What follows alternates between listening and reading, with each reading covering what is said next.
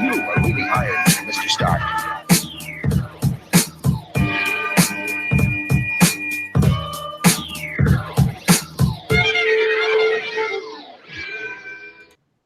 Hello and welcome to another exciting episode of the Comic Book Chronicles. That was really soft. That's anemic, man. Come on, get better than that. No, that's about all the interest we get out of people these days. Yeah, well, probably. Yeah. And all right, phew, tepid for applause. Anyway, this is the Comic Book Chronicles. I am your host, Roddy Cat, and you can find me at Roddy Cat on the Twitters at Roddy Cat, and also Instagram, CB Caps on Instagram, News Nerds Need on Twitter, and the News Nerds Need Reddit. And with me tonight is the bespeckled. Well, I don't even know what to call that thing, but you know what? PC _dirt, ladies and gentlemen. You can find him on PC on the skirt. No, if I look, don't look there. Oh no! Don't look there. PC _dirt on Twitter. Pop Culture Network on Twitter. PopCultureNetwork.com and there's various other enterprises. Is that Not upskirt. Whatever I said. Hopefully, I'm hoping that's not you anyway. I just can't help it. I can't help it. Is that what's gonna happen every time you use one of our underscores now? That's funny. Hey, you know what? It's right forward, so I don't know. You guys chose to do that. I can't do nothing with it. And also with us tonight is _agents triple XXX dash. I don't know. That's somebody's screen name somewhere. It's not agent _70. You can find them at agent _70 on Twitter and Instagram.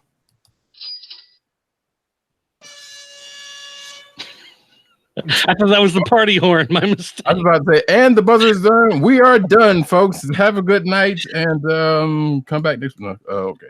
Now here we are, the Comic Book Chronicles, and you can find this podcast. Oh well, excuse me, let me say that. Tim is not here, so Tim DOGG98 on Twitter. It's just threw me all off. VCliq Nation on Twitter. That's VKLIQ NATION. CB Cron on Twitter. VCliqNation.com, and of course CBR Comic Book Resources, where he's writing his face off. There you go.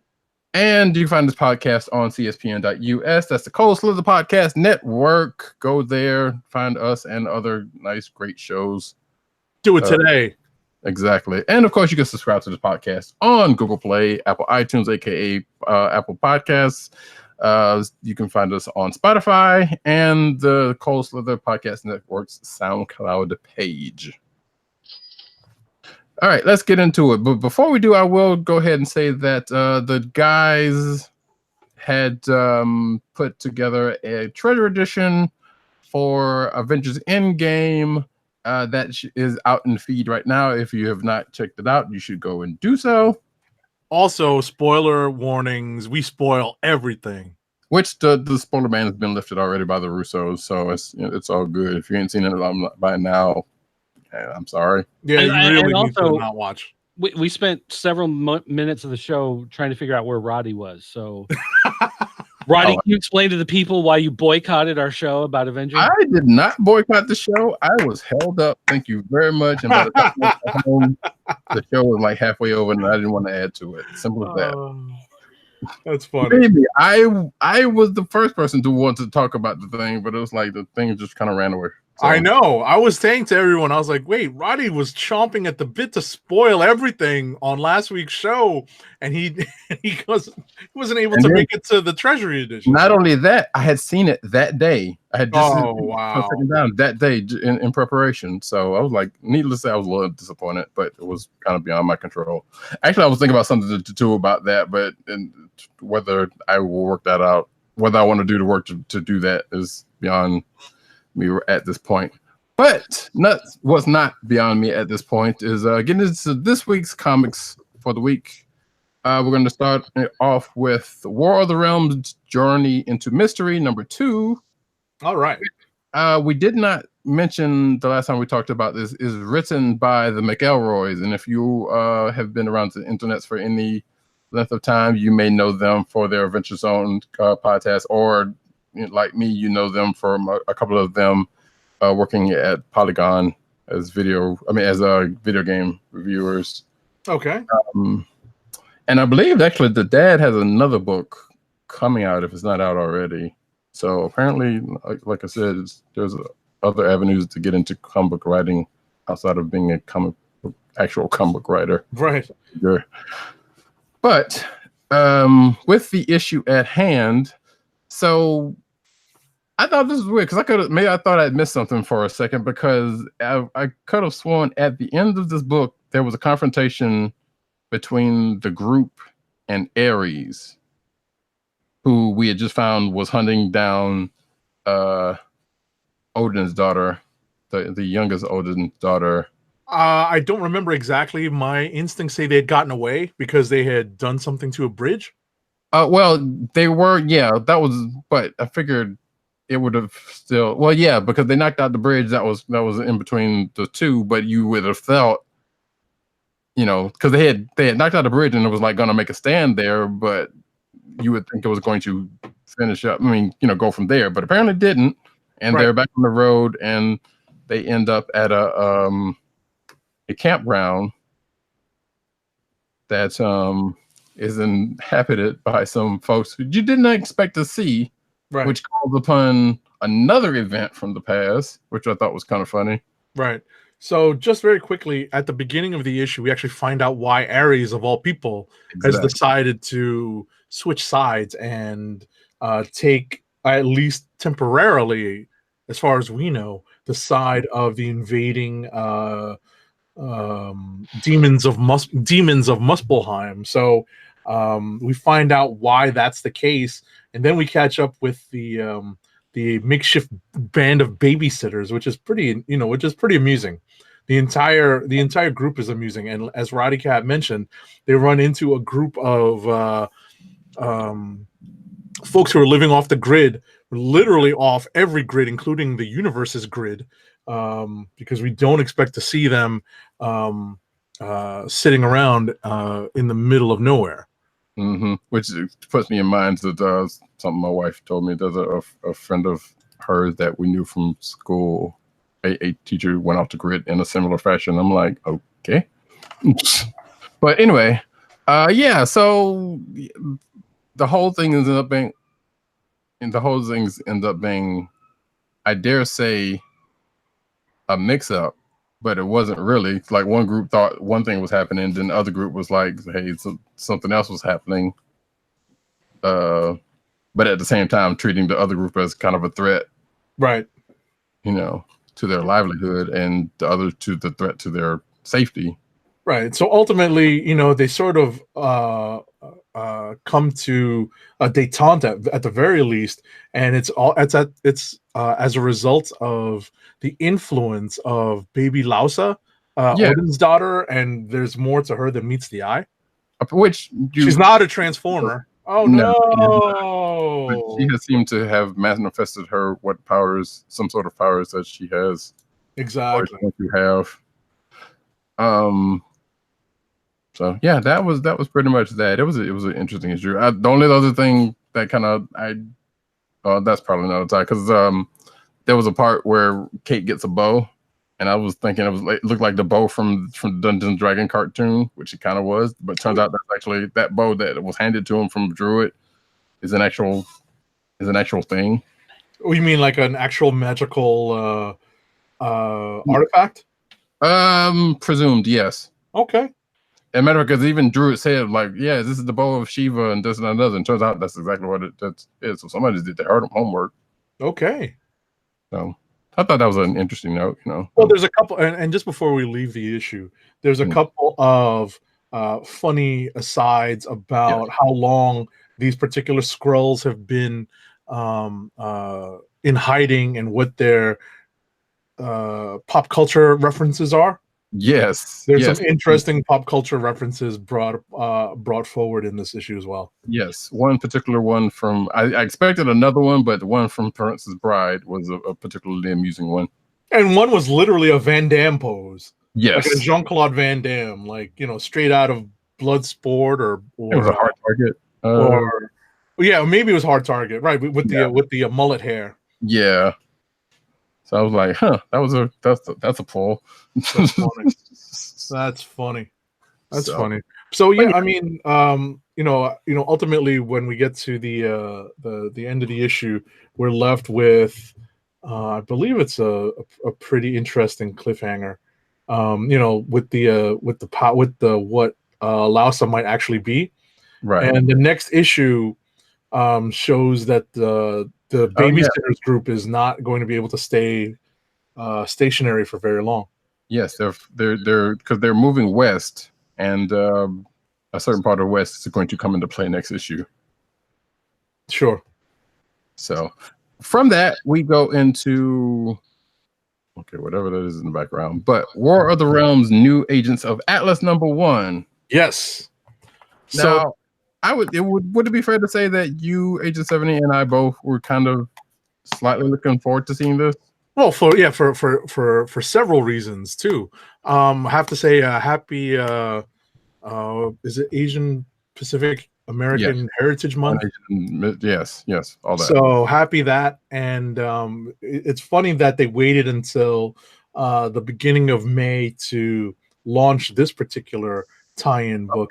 So I suspect it was probably calculated, even despite the fact that War of the Realms was going on. Right, I think so too. So ultimately, what we have is the print introduction, and I'm being very specific when I say that. It's the print introduction of several characters that have made their various appearances online and especially in mobile gaming, because that has a worldwide reach that doesn't require as high a buy-in as maybe console gaming does. So it's interesting to see these characters thrown in with characters who we had seen earlier in Greg Pak's Totally Awesome Hulk run, right? That he had assembled as the Protectors. Which I suspect there's probably a reason why they can't use that name for it. And I feel like I've seen the articles suggesting as much, but I'm not sure if that's true or not. Well, the Protectors was that Malibu comic series. It was their superheroes in the mid-90s, and I think Marvel bought the rights to Malibu, all their stuff, so they should be able to use the name. Right. That's what I'm glad that you brought that up, because that was my understanding as well, and I'm surprised that they can't use the name since they own it. I wonder if the name is actually from the Golden Age, so it's public domain, so they don't want to use it. Because it would have to be like Marvel's The Protectors or whatever. Right. I don't know, because I feel like I do remember seeing that there was something about they couldn't or use, or maybe Greg Parker said something. I don't know, but regardless, they're not using it. And since War of the Realms came on, and they have this other property, they have this other thing with Agents of Atlas. They threw it on that instead, which it was a pretty good intro, because like you pretty much hit the ground running. Like it's the issue pretty much starts at the time War of the Realms starts, and then kind of gets into basically sticks around the first issue during of War of the Realms. Right. And you get an intro to these other groups like Agent 70. I mean, these other characters, as well as the ones from like he just said, Totally Awesome Hulk, and then they all come together for a reason. Apparently, Jimmy Woo has his own Xavier school. Right. That was pretty interesting to see that he had already established something for that side of the world to help teach not specifically mutants, but just generally folks who have superpowers. Right. Yeah, sort of an Xavier school / superhero high. Right. Yeah, I was about to say that's more apt. I think it's more of like a superhero high academy or an Avengers academy. Yeah. So, and speaking of Avengers, Jimmy Woo has pretty much taken a page out of the Avengers when it comes to recruitment, because they were basically just sitting there eating dinner, and then War of the Realms break out, and it was like, all right, you're all Agents of Atlas, go. Right. So anybody who's at the table, well, with the exception of Miss Marvel, who we know is with the Champions. Right, and she has a more pressing, and more responsibilities with the Champions, so she had to branch off right there. Although the weird part about that part was because it's like it all came about because of the fact that, you know, due to what's going on in Champions, the tension between Miss Marvel and Amadeus, Sure, you know, kind of played out here. But the way Champions kind of set it off, it made it sound like, well, Amadeus is just off with just making, you know, he basically went off with this other team by himself so he could show off or whatever the case may be. But what we see in this issue is that Miss Marvel was like, no, you go with them. Let him be your problem. Let them go be his problem. right. So she basically traded him off for a minute, you know. So it was like, so it didn't sound like, I don't know if like Pac and Zub. yeah, talked about that whole thing like that. But either way, it's a small point, but it seemed kind of weird. Right. It was just a different. It was. I want to say it was maybe two different sides of the same coin. Basically. Yeah. But you know, just to wrap the discussion on this book, it was a lot to take in, because of so many characters being thrown at you. But Right. it's a lot of fun simply because you're getting to see a lot of just different looks and different locales and different cultures being highlighted.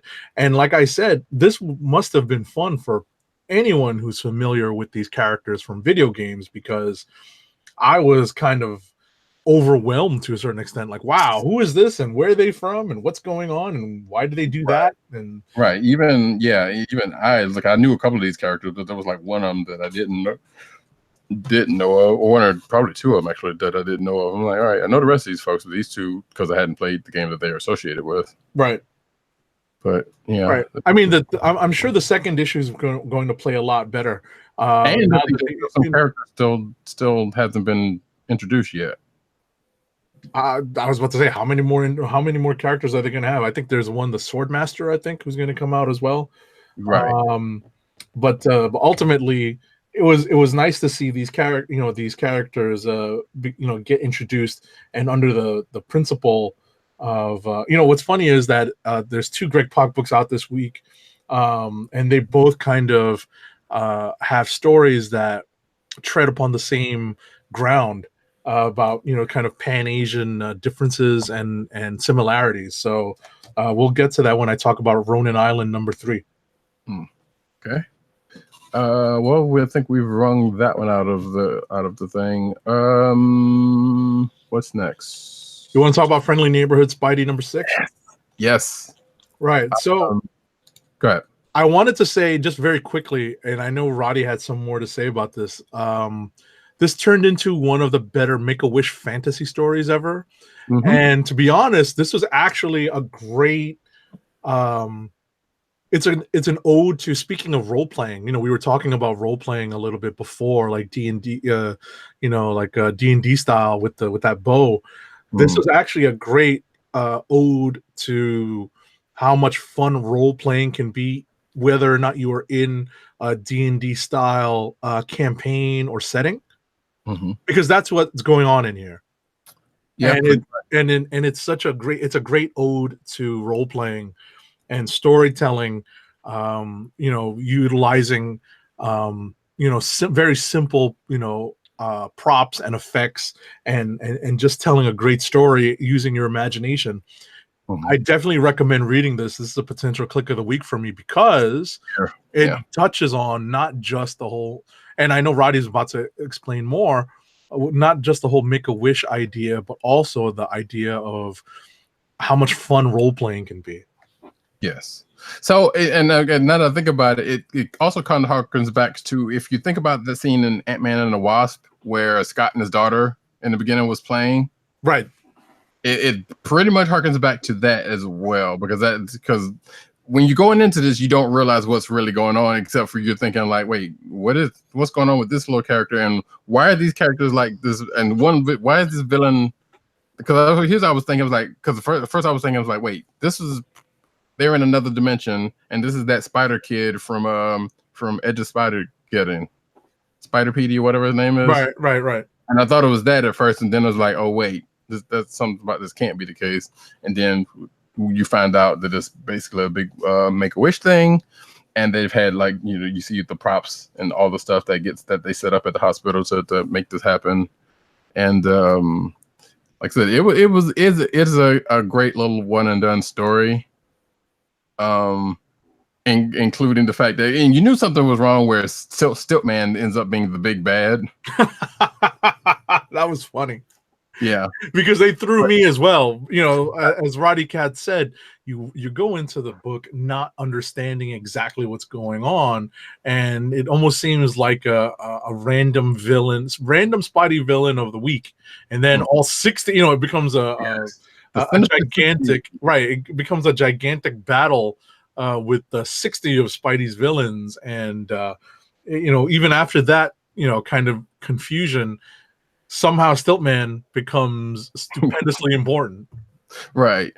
And there's a page. I think I don't know what it is physically. It might still be the same way, but I know page 10 digitally, where they had the big spread. Right. I think it's probably 10 and 11, whatever the case may be. But where they had the big spread, that big fight with all of them, that was pretty well done. Even though some of it was like there's like little small boxes. Right. Yeah. The layout is simplified. Yeah. But it was effective, and it was like, all right, that was a pretty good layout job there going on. So yeah, if you get a chance to read Friendly Neighborhood book, and then once it clicked in, it was a like a Make-A-Wish thing. I was like, oh yeah, of course, because Aunt May has cancer. Sure. But now P, aka Spider-Man, is kind of doing what he can. And just for PCN _ Dirt's sake. There's actually a great line in this that just made me laugh out loud. I don't know if you're gonna have a chance to read this at some point, Dirt, but there's a great line in this that there's an exchange between Spider-Man and this version of Spider-Bite, and it's about Stiltman. Yes. Oh yeah. I know. So essentially, and mild spoiler alert here for anyone who hasn't read this yet. Stiltman, has been. I wouldn't underestimate Stiltman. Spider-Bite says to Spider-Man. Please, Spider-Man replies. He has the proportional powers of a man with a convenient ladder. That's freaking hysterical. That was a pretty good line. I nearly cried laughing. It was so funny. Right. There you go. Like I said, it's like it's a potential. It was a fun story before you even find out, what goes on at the end of it, and it starts to get touching after that. But it was just a good, fun story, which they've been keeping Friendly Neighborhood, even with the Aunt May stuff. They've been keeping it relatively light. Sure. So, and this one, like I said, was a particular treat this week. Sure. All righty. So, President Bartlett. Let's see. We got one. Well, we only got one other book tied. In common? Okay, go ahead. So, Invaders #5 would be our last book. All right. I know PCN _ Dirt is a little behind on this. Yeah, so we won't spoil too much on this. Right. Yeah, actually, I was sitting here trying to read 4 so I could read 5, but you guys didn't give me enough time. So don't worry. We're not going to spoil too much. We're not. Because... You probably would need to, there's a couple of things that comes out in 4 that you would need to go into this book anyway, like we discussed earlier. I mean, I'll get my notes out of the way. Basically, in very broad strokes, Namor's not really holding back anymore, and we get a better idea of his plans, and the cliffhanger ending will have to be explored in the next issue. So I didn't spoil anything. Well, yeah, I was about to say don't read my notes, because there's a couple of spoiler things in there, but not to the grand point of the book. Just some stuff I've noticed in it. But yeah, pretty much what Agent 70 said is like, yeah, Namor's pretty much going to war, and apparently the rest of the invaders kind of played into his plan. Right. So we will see what exactly how this exactly plays out in the next issue. This has actually been an underrated. I think this is an underrated series. I think more people should be reading this. It's been a lot of fun so far. In a way, it's a little slow, but given what's going on between here and what got started in Invaders, it kind of makes sense that it's kind of slow because, like I said, I'm pretty sure they're going to come back, like we discussed earlier before recording. It's probably going to go back into Avengers in next month or so, and they'll get to the luggage, but they pretty much started, which is also kind of weird because it was like, well, we got War of the Realm going on, so having this going around the same time, which now that I think about it, kind of reminds me of was it? It kind of can't be going on at the same time. There's got to be a little bit of a time shift because if you remember in the War of the Realms issues that we've seen so far in the main series, we've seen cameo shots of Namor dealing with issues related to War of the Realms as well. So we'll eventually find out how all this stuff fits into the continuity. Assuming that it will, well, you can safely say that it is a little before that because it's basically after he dealt with the Avengers dealt with them. And this is somewhere in between that time right. And so War of the Realms. Before War of the Realms. So whether that's going to come into play, during the course of this book, we don't know. We'll see. But it also kind of harkens back to like I want to say AVX going into Infinity. I don't know, but because there was like a similar thing happened. It was like, well, Namor is involved, and then the thing with the New Avengers happened, but then AVX happened before that, where things happened to Atlantis, and Wakanda and Atlantis' beef started happening in between there somewhere. I'm probably getting the wrong event, but whatever. You know what I'm talking about. I was about to say it's been a long time since those events. We've had many since then. Basically. So, but like I said, it just kind of harkens back to how they're treating this, and that seems to be in a similar vein. But regardless, it's a thing. We'll see what happens with it going forward. Alrighty. I don't know if you have any other books to throw out there before we hit rapid fire. Nah. So all right, I guess I'll spin it up, and then I know PC_Dirt has a couple books he wants to cover in rapid fire, so we'll spin it up.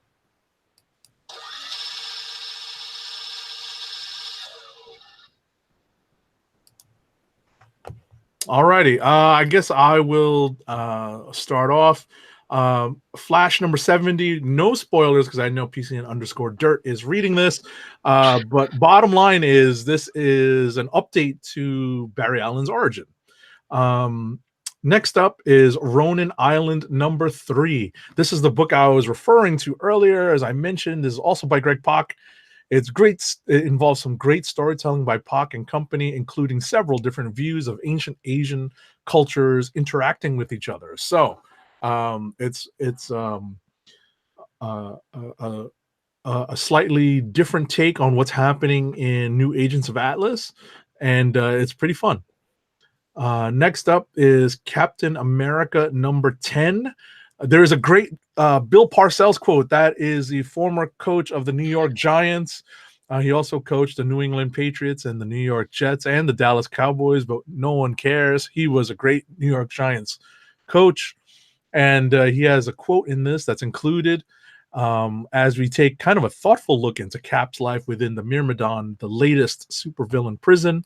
We'll find out who the Daughters of Liberty have on the inside of the prison, and their plan to break Cap out moves into action. And that is it for me. So I'm going to go and say that despite the fact that they're billing, well, not even actually because of the fact that they're billing that Flash 70 is a year one Flash, you probably don't need any prior knowledge to what's going on. I don't know. I haven't read it yet either. So, but it doesn't seem like you need any prior knowledge of what's going on in the last few issues to read this one. That's my speculation. But Derek, you want to go for it? All right. So we got reviews from one more person. Oh no! I heard that. I heard that. It's so low, but I heard it. Now they have the opportunity to mess with sounds. All right. Oh no! It's gonna happen. All right. So I got two books to talk about, and oddly enough, the two books actually kind of parallel each other, and they're not supposed to, and they're from different companies, but oddly enough they kind of do. So the first one is from Alterna. This is Midnight Mystery number 4. This series is about a paranormal investigator and some of the weird stuff that he comes across, and in previous issues he's been chasing down ghosts, and he's been trying to help a guy who was almost possessed by the spirit of his father, and all this kind of weird, wacky, crazy stuff going on. Well, in this issue, we find out that the kid from the original story is actually possessed by his father, and his father is starting to take over. And it's going on at the same time that there's a second story going on with our protagonist, Mr. King, who is this investigator. He has been visited by these ghosts of all the people he was in the war with, and they want to reach out to their loved ones that they left behind. So he's delivering these letters with the notes from the afterworld. And the weird thing is, the story doesn't really accomplish a whole lot except set up what the next series is going to be. So this is issue 4 in the 4-issue limited series, but it's setting up for the next series.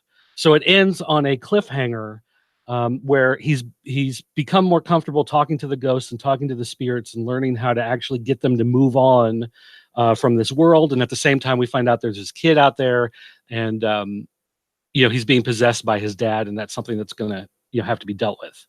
And the weird thing is, the one other book that I read this week is actually from Dark Horse, and it's called Word, and it's WYRD number 3.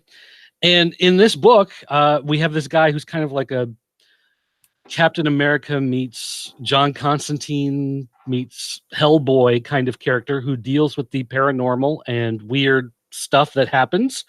And in this issue, he is met up by someone who he used to work with that we saw die earlier in the series in the first book in a flashback. That character returns.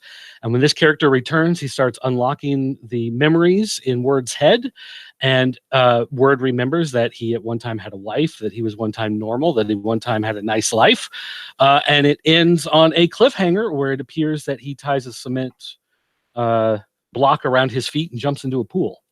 So both of these ended on these kind of weird cliffhangers.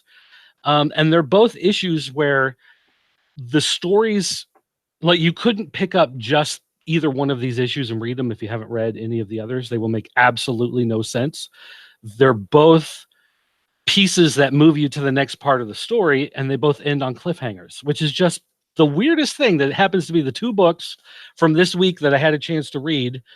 They're both small press. They're both these paranormal investigator type people, and they both end on these weird cliffhangers. So, but I like them both. I like both of these books.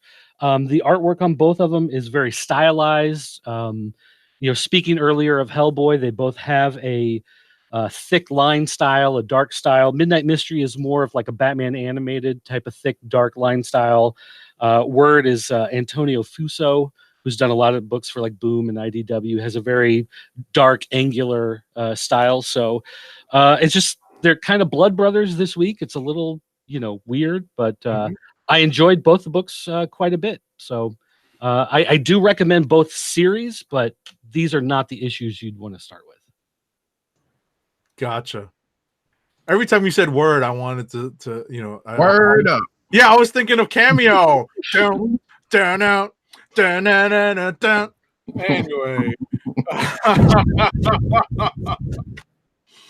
All right. So for myself, we have X-Force number 7. After Kid Cable gets kidnapped, the team's basically waiting around for Deathlock to finish the time machine, finish trying to fix this time machine so they can go after him. Meanwhile, in the future, Strife's got trying to do something with Rachel, and he's got Kid Cable, locked away, and his power is dampened, which means the techno-organic virus is kind of taken away, and Strife monologues the whole way through. Let's see. Excellence number 1. So this is a new book by Brandon Thomas and Kari Randolph. There's basically, it's not, well, like I said in my notes, it's not Harry Potter. It's basically there's a secret society of black magicians who pretty much oversee people in the world, or oversee certain people in the world, I guess.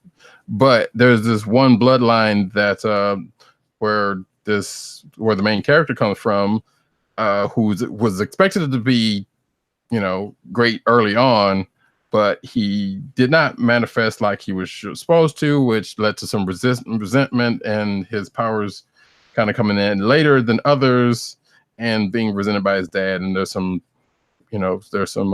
interesting parallels to parenting in here before the main character ends up taking this test to become whatever main person in the, or whatever agent of the society has. So like I said, there's some interesting parallels to parenting, which even Brandon Thomas himself said in the back of the book, on the letters page, which kind of was interesting to it. And I don't know, I'm gonna have to give this a little bit more of a because it's some good stuff in there, especially with the art. Unstoppable Wasp number 7. This is another potential click of the week for me because it was pretty damn adorable.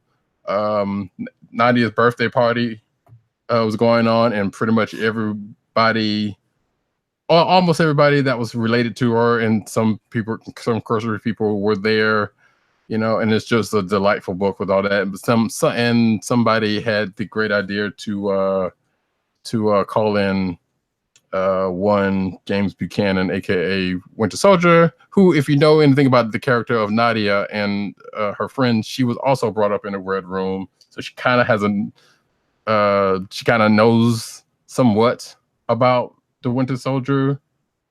But her friend that also came out of the Red Room knew about him and went to attacking him, so that kind of put a stop in the party, but just for a second, and everything worked out for itself. But of course, whenever you have a birthday party or a wedding or something in a superhero universe, something happens. But this time it was on purpose, because Case Lang, who was also there, ended up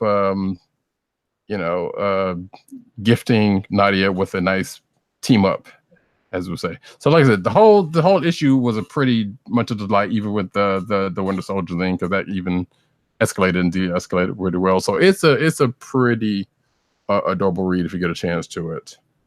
Including, obviously, it also talks about Nadia's family tree and how crazy it is, including the fact that you forget that Skrull, Hank Pym, and Tigra had a kid together, because that got brought up. Anyway, last but not least, Wonder Twins number 4, and all I will say is to go on my notes. 1 issue, 2 terrible dates, and a father-daughter confrontation. Good times. Okay. That pretty much is it for me. All right, so I guess we're coming up on Clicks of the Week. Okay. That didn't. Yeah. Jun jun jun jun jun jun. There we go. Clicks of the week. What you got, people? You're muted, Doug. I know that now. Yeah. I'm thinking. Bueller. I'm thinking. Okay, so I really only have the 2 to pick from. Sure. But because both issues end on a cliffhanger, I'm gonna give the slight edge to the one that's the ongoing series as opposed to the end of the miniseries, because ending the miniseries on a cliffhanger sucks. Don't do that. Stop doing that. Yeah, that's bad. So I'm gonna go with Word number 3, and in fact, I actually have the B cover instead of the A cover. Oh. Alrighty.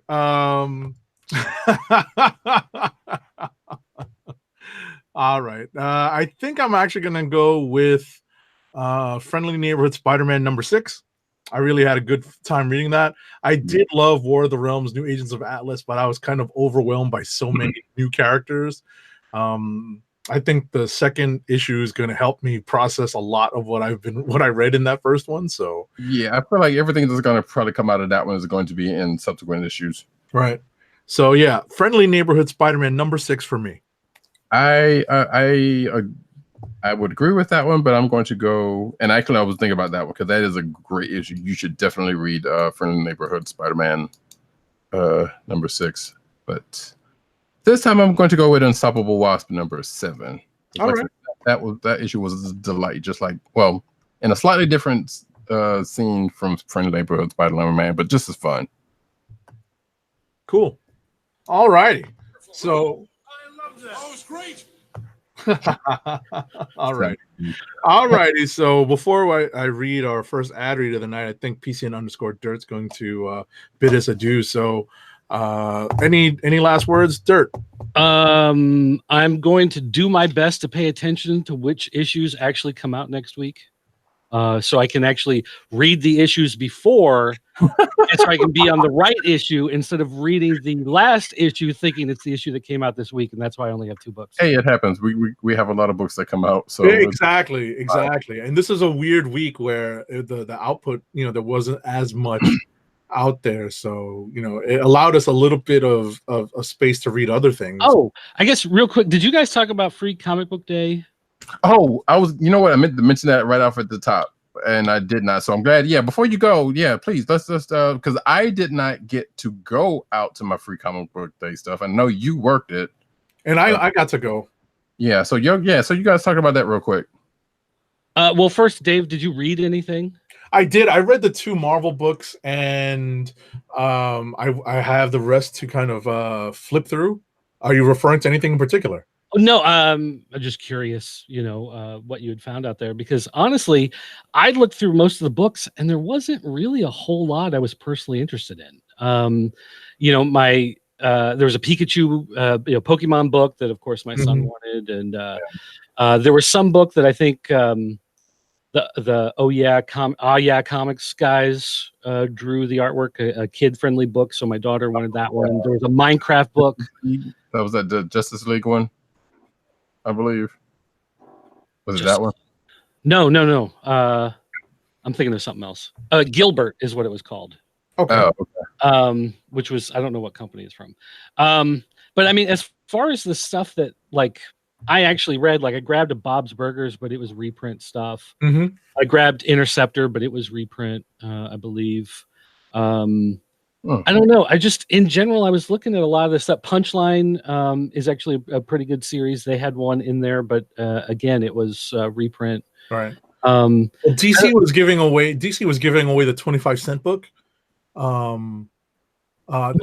They had their the kids, the young reader novel comic things. They had previews of those that they were giving away. Right, but they also had the 25-cent book, because on the back page of the comic book stores that I visited, they had advertisements for that, full page, the back cover was a full page advertisement for that show. That was technically not a Free Comic Book Day, though. That was just a Wednesday release that's why it was 25 cents as opposed to being free, but most stores gave it away free. Exactly. That's what I was going to say. So that kind of doubled as a free book for a lot of people. Yeah, but just this year overall, I was really disappointed with most of the stuff that came out from these companies, because most companies were just putting out reprint stuff. First issue of the trade, which, I mean, I guess you look at it as advertising that way, but as a comic shop, we want to advertise issues and not trades. We want people to come in and pick up the floppies, not go to Barnes & Noble. Right. Wasn't the Archie one new also, or the Riverdale? I don't know, because I don't watch Riverdale. I just know that. I mean, I just picked up. I've already filed them away. In the box and here in my home office. So I don't remember everything that I picked up, but I picked up a good number of books, and but I obviously usually read the Marvel stuff first, because that's what's pertinent to me, and that was new. So that's going to be. I thought the Avengers was a reprint. No. That okay. was the Avengers was new. The Spidey was new. The Carnage stuff I kind of flipped past real quick. That was new. Yeah, and if I'm not mistaken, the last couple of years there have been events tied to a few, especially with the Marvel, and I think and a couple other places had events, so that's kind of had some stuff going into it, which is why. And since most of the events from the big 2 and whatever has already started, then they couldn't do that for or they could have if they wanted to. And actually, Power Rangers was one of the had a Free Comic Book Day. So that's probably what led some of the bigger stuff from the last couple of years. Right, but there was no War of the Realms is the big thing. There was no this is War of the Realms. Come, special issue. The magazine had already come out anyway, so right, and there was nothing for the DC regular comic lines. They just had that young reader stuff. So, I mean, we definitely felt more disappointed in a lot of the stuff that was there for people. Mhm. But this year was different because we're actually in the mall instead of in the strip mall down the street. Right. So there was a lot bigger crowd. So what we had done before is always the table was farther back in the store with the books, so that people had to walk through the store. We always have artists and writers there, local guys who do artwork at conventions, or a couple guys who work on stuff. Sure. So this year, instead, what we did is we just put all the books up front, so the people want to come up, grab books, leave, whatever, because just come in and get out instead of like clogging up the store, basically. And then the people that actually wanted to come in and shop and look around, we had sales on like Funko Pops and trades and stuff like that. I'm glad. Through. And it worked. The idea of not having such a huge crowd snaking through the store actually helped facilitate more people coming in and buying stuff, because then we didn't have as long of a line and as big of a crowd. People, a lot of times, they walk in, they grab the comics, they look at the line, they're like, well, I don't want to stay in line for a half hour to try to check out, So I think we did better overall in sales. But we definitely felt like the stuff that we were handing out wasn't really stuff that was going to bring people back. Right. There wasn't really a whole lot that was going to make people go, wow, I read the first issue of this, now I want to get the big event book or get the big crossover or whatever, because they didn't do any of those like zeros like they normally do. Right. Right. I know some of the stuff they were doing for the thing was like manga stuff, like manga samplers and stuff. I don't know if you guys do a lot of that stuff in your store. There's a Barnes and Noble across the street. Right. So I mean, some people will come. We'll take trades, so people will come and trade them in. So we do get that where people trade them in for credit and get other stuff. And we usually bundle them into sets, and people can just come buy the set instead of the individual books. Yeah. But I mean, generally speaking, trades are a much tougher sell. Because people, like I said, they can go to Barnes and Noble, and if they've got a Barnes and Noble membership, they get a discount on them. Right. Off right there. So trades don't really help the local shop as much as the floppies, especially in that type of situation.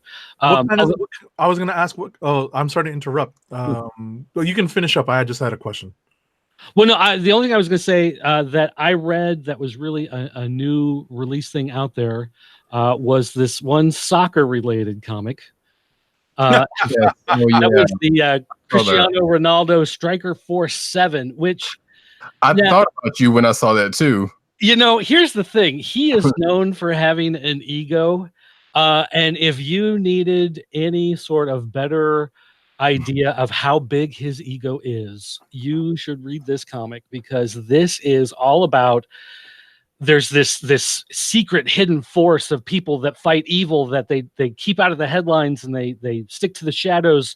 But they have this new weapon, and it's a ball that's activated by kicks. So they need the best kicker in the world to come join their team. So of course they get Ronaldo to come join their team, and of course he's the one guy without superpowers, but his kicks make him most like a superhero that the world needs. That sounds like it's like, oh, this is the worst thing ever.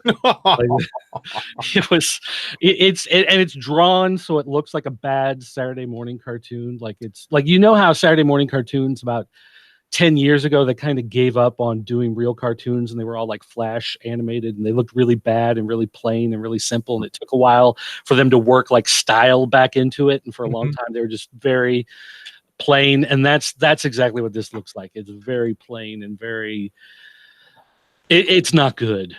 So I don't recommend it, other than if you want to get an idea of what his ego is like. That's right.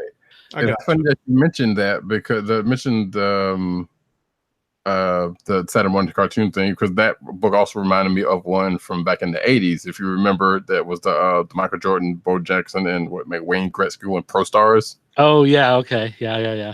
So I was thinking it was, but at least they were sharing a book. Well, sharing a screen. It wasn't all about just one person, and one person who's such a good kicker that the universe needs him to be a superhero. Right. That's funny. Or Billy, but that was a whole different thing. Yeah. Right. But I just had a question.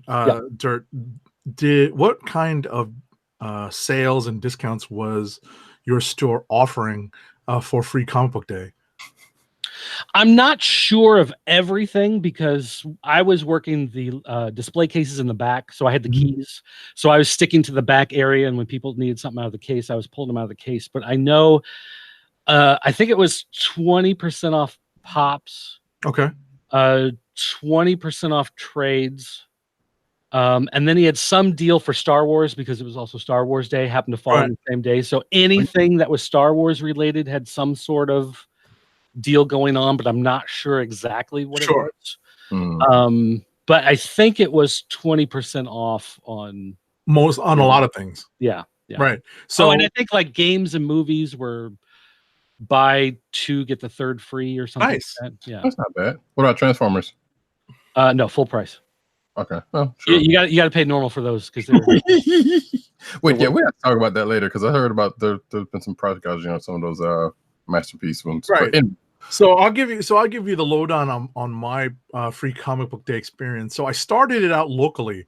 The weather was pretty bad, so nobody, they weren't going to have any like tables outside. So my local comic shop, like my true local comic shop, they had their Free Comic Book Day, and they had like tables in the back. You had to go through the store to get to the back to get your free comic books. Yeah. And but they were offering 20% off everything. If you were a pull list, there was 40% off everything.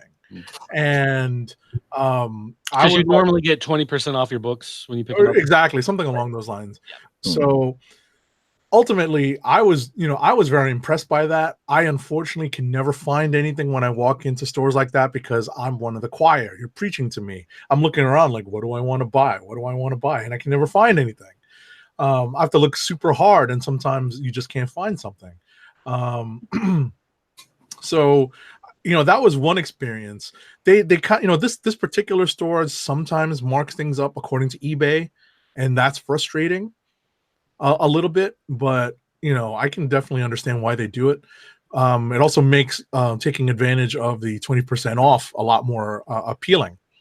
But after I left that store, I drove from Brooklyn to Queens, another borough in New York City. And I went and grabbed my cousin's kids, for me, they're nephews. And we went to a store in Queens that I won't name because I didn't have the best experience. I was not happy because what I found out was that they didn't have any discounts on anything. It was just free comics and then just buy stuff. And I'm like, what? Like, there's nothing in here on sale? Are you kidding me? Like, seriously? So, I paid full price just on some trades that my nephews wanted. They a bunch of weird kids. They wanted some Blackest Night stuff. I'm like, what the hell's wrong with y'all? That's a good story.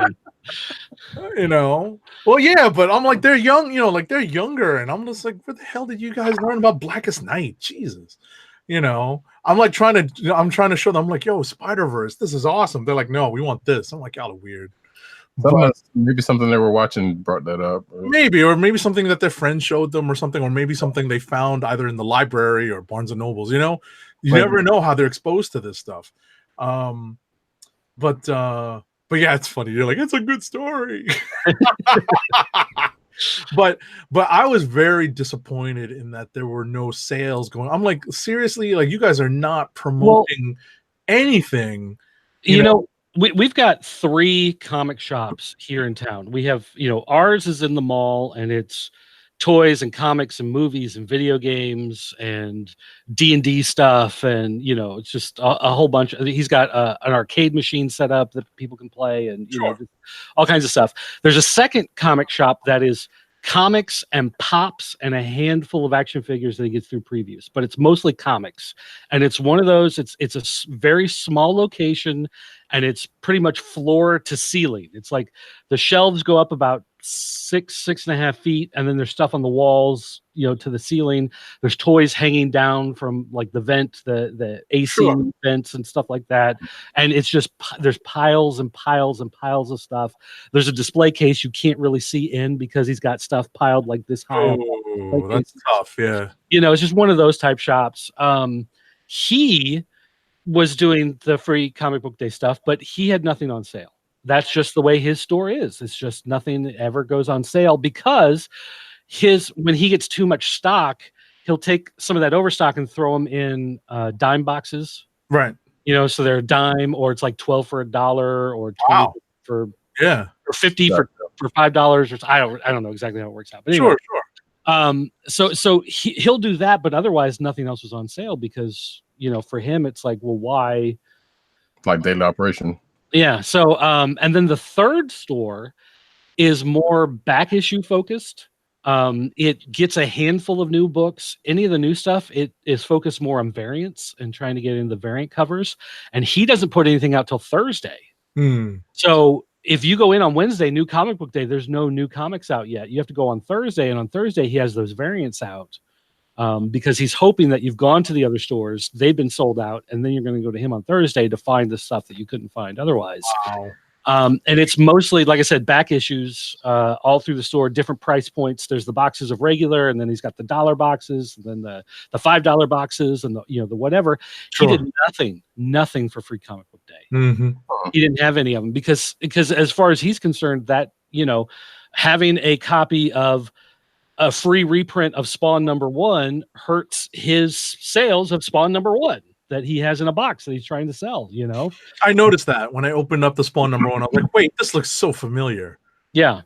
So some of those new books, some of this small press stuff, no one's ever going to come in looking for a trade of the latest Vampirella series from Dynamite. You know what I mean? It's like the 1,500 people that may order a copy are all ordering them in advance. It's not a wide release thing that you're going to see in a lot of shelves.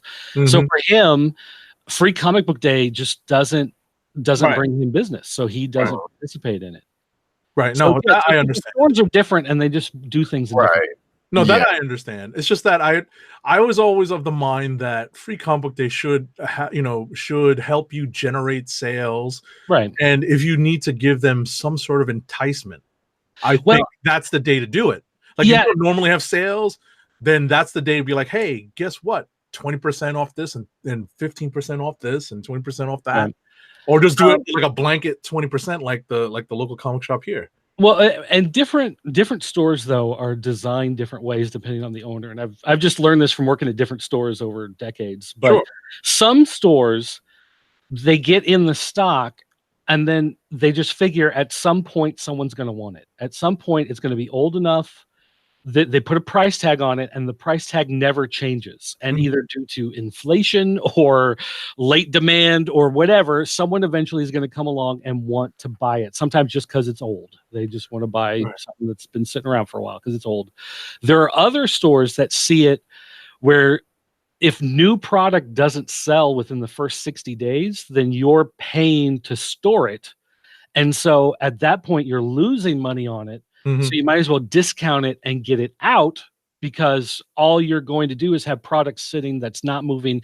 You're not making any money. You're losing money because it's just sitting around taking up space. So it just kind of depends on how the shop is run. You may have a shop owner that just says, look, I've been here 20 years. I've been in the same spot, dealing with the same customers. I put out free comics for Free Comic Book Day. People come in, grab the free stuff, they leave, and I never see them again regardless. Right. That's what I mean by the enticement. That's, like an extra thing. Right. But and in that case, though, they think, why am I going to give them a discount where I know at some point in the next 5 years, someone's going to buy it anyway at full price? It's just the mindset of the store owner. Right. So again, not necessarily that one is right and one is wrong. I think they both have their merits, but I think you have to kind of do a combination of both to kind of work things out. But like, what the other store that didn't have a sale, like I said, he will take the old stock and he puts it into the dime boxes. So even if you're there on Free Comic Book Day and nothing's on sale, he still has 6 or 8 long boxes full of comics that are a dime that you can dig through, and sometimes you can find runs of stuff. You can find a whole mini series of something by putting together the different books or a whole arc or a crossover, just because of what gets thrown in there. So it works for him a little differently in his shop. And again, he's in a strip mall. He's on the other side of town, it's a little shadier area of town. He's right next to one of those pop-up casino places where everybody stands outside and smokes and looks like they haven't slept in 4 days. And, so he gets a different crowd walking through as opposed to, Killins, which is in a shopping mall right next to the Foot Locker on one side. And there's a Northwest Passage or something on the other side. And there's Spencer Gifts, across the way. It's a little different crowd depending on who you're working with. I understand. But like I said, like I take into account the experience of, hey, I'm here,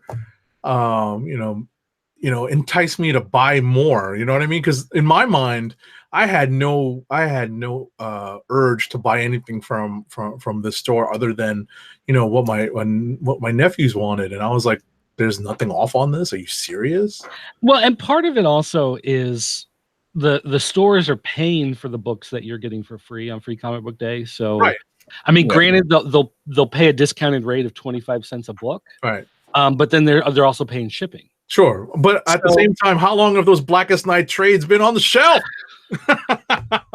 but you bought them. I didn't. So he wins. I mean, you know what I mean? That's what I don't. They've been there 5 years, and someone finally bought them at full price. So. Right, because ultimately, what it is that they, as I've been kind of bemoaning alongside Roddy Cat on some weeks, like we've had a couple of longtime comic book stores close in New York City, in Manhattan, and like some venerated places, especially St. Mark's Comics, that had been around for years and years, and it was very surprising to see them finally go out of business. But given their East Village location, they were that rent must have been sky high. Ultimately, they were priced out, as well as Chameleon Comics, and the number of comic book stores is dwindling as we speak. And it's for me, it was disheartening, and I understood the economics of it. That's what the discussion's about anyway. But for me, it's disheartening that even a relatively established store like the one I went to in Queens couldn't, like I said, couldn't generate more business, I think, by putting up discounts on some of the books. Yeah. Well, different markets, different stores will do different things, and maybe next year things will be different. They'll try something different every year, and who knows, find that sweet spot. Exactly. Because like I said before, we used to do wherever the whole store was on sale. And this year he just decided to try doing different things. So anything Star Wars is on sale, trades are on sale, pops are on sale, and then movies and games, you buy, I think it was buy 2 get the 3rd free, or buy 3 get the 4th free, something like that. Just to try something different than what he did before, to see if that kind of helps. And especially with movies, DVDs are a dying market, so trying to get a sale where people buy more of them in a bundle, and get them out is a better deal for him too. So no, absolutely. Yeah. So it's I don't know, because I guess the difference would be if you say the whole store is on sale, people are going to cherry pick the best stuff that you have anyway. Whereas trades, like he's overloaded on trades because people are coming in all the time and trading in all these books, and so he actually has. He's got racks where the books go, but then he also has short boxes piled up that are full of books because he's got more books than he has space. Right. So part of it was you put the trades on sale, it thins out the herd, and then you've got space to put stuff. Sure. Back up there. Yeah. As opposed to if you put the whole store on sale, everyone's going to come in. They're going to buy the pops. They're going to buy the or not the pop. They're going to buy like the Nintendo Switch games. Sure. That are more expensive. You don't find the PlayStation 4 games that are more expensive and hard to find. They're just going to buy those. They're 20% off. It's like, hey, it's a sale. Buy those, and just those, and you don't move any of your other stock. No, I understand that. I understand. Like you said, he did Target. So it might have been different if he was low on trades. If he only had half his bookshelf full of trades because he's been selling trades, they wouldn't be on sale. It just kind of depends. I mean, it's funny, and just to wrap up the discussion, it's funny what you're saying about trades. I've been at Comic Cons, different sizes, where the vendors are selling, honest to goodness trade paperbacks that are like $30-$40 for like 3 for $10. Well, yeah, Those are incredible. That happens a lot of times on the last couple of days, on the last day, because they don't want to take a lot of this stuff home. well, yeah, there are certain places. There's certain places that they're like $5 all trades or 3 for $10, Right. and they'll just have people stand there going, all books $5, all books $5, and they're just shouting it all day like a carnival barker. But the thing is, all of those books are stuff off the Diamond liquidation, so those are books that they actually bought for like $1.25, $1.50. And Diamond, that's not what that wasn't my experience, but that's good to know. Well, because you'd be surprised a lot of the stuff that hits the Diamond liquidation, because there's a lot of stuff Marvel actually recently. I don't have it sitting here, but I bought the Korvac saga, the Marvel trade of the Korvac saga, the old classic series. Sure. The classic series, because it's old, not because people remember it as being good, but regardless. And it was on clearance for like $2. Wow. To get the trade. And that's normally like $16.99 or something. Sure. Like that. So that does happen a lot on the what are those Marvel Masterworks? A lot of times will also go on sale for like $5, $6. I've always been curious. I was about to say I've never understood the draw for those Masterworks, like the hardcover ones. So I definitely understand why those might go on sale. Because I'm the opposite. Because I bought them on sale. I mean, I didn't buy them at full price. But, I mean, once they hit that sale price, I've got a whole shelf full of them. No kidding. Yeah. What books, if you don't mind my asking? They're almost all Golden Age, like the old Captain America or Thrilling. Okay. I gotcha. Comics, or some of them are just like the timely superheroes, some of that type of stuff. I've got a few Silver Age ones that are the early like Iron Man type stuff on there. Yeah. Gotcha. I always wonder like who buys these. And I did the one well, actually I have 2 omnibus. But the one that I got at regular price was the Uncanny X-Men Claremont run. Claremont's entire run in one omnibus, and then one that I got on sale was the Acts of Vengeance crossovers. There you go. Oh.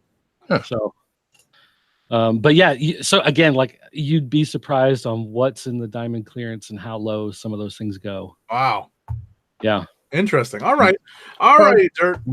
So yeah, thanks for sharing. I was going to say it was like, I was expecting to hear a little bit, because you did mention like your guy had like Star Wars stuff on sale, which that makes sense because you figure a big push for Star Wars Day being the same day as right. That would have been a thing, so makes sense. But it was also weird that they only did the one Star Wars Adventures comic as a free comic book day for being on Star Wars Day. Right. We also would have Marvel would have done a big Star Wars push on something, especially because the Star Wars, like they brought in so many people with Star Wars, and then they oversaturated it with so many series and so many tie-ins and so many shots. Books could have totally been free comic book day stuff. Yeah, and so now it's like at one time Star Wars was like the #1 subscribed book in the store, and now it's like 6 people that get Star Wars. Like I dropped it. It's still a pretty decent book. I mean, the main book is still pretty good. Book and it's not that it's bad, but it's just that people, when they buy it and then they do like, oh, we're doing a Darth Vader, they feel like, well, I should get the Darth Vader and then they do Dr. Aphra. Well, I feel like I should get Dr. Aphra if I'm getting that, and then Chewbacca's getting the miniseries, yeah. So then after a while, people are just like, it's too much. It's just too much stuff. So that's like with Conan, with all 3 Conan books coming out this week. He's like, he's got a couple customers and all they get are the Conan books. And they're used to coming in like every other week and having 1 book. And he said, now they're going to come in, they're going to have 3, and it's, for some people, it's just like, I was expecting to pay $4 and now I'm paying 16, or whatever. It's just kind of one of those things where they really should spread the things out a little bit better. Be nice. I suspect we will be talking about this at some point at the end of the year about some of that stuff. Yeah, right. But yeah, so we pretty much rung that one out. So I know I gotta get going. So anyway, thanks for having me. See you later, Dirt. No problem.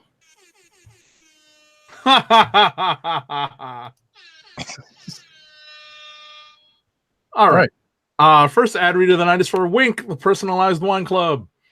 Wink is a world of wine delivered right to your door. From rosé to Cabernet to Torronté, Wink has over 100 styles of wine to discover. Ever try an orange wine? Wink connects you to a world of exclusive wines tailored to your tastes and delivered directly to your door. Wink delivers 4 bottles of wine to you every month with free shipping. You can pick your own bottles or let Wink choose and match to your taste. It doesn't cost a thing to become a member, and you can skip or cancel anytime. And now, the listeners of the KLIQ Nation's Comic Book Chronicles can enjoy an exclusive discount of $20 off your first order. To place your first order with $20 off and to help keep our show free for you, go to our network website at cspn.us/wink. That's cspn.us/WINC. Wink Wines through CSPN. Do it today. All right. Now we go into the news.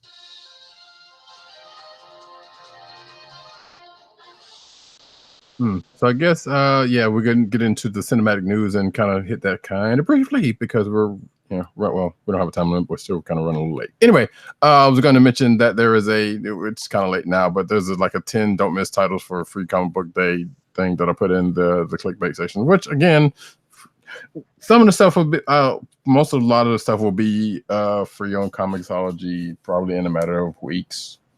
So it may still be good for that, but until then, it's kind of useless if you didn't get out there that day. So cinematic news, we start off with, you know what? I'm going to take both of these. Okay. Because at this point, as we're recording, the new Spider-Man Far From Home trailer may include some spoiler warnings. And in fact, when it dropped a few days ago. Hold on, I'm going to ring the bell. Sure. I know the spoiler ban has lifted, but for anyone who's been listening to this, Endgame spoilers are inbound. Right. Well,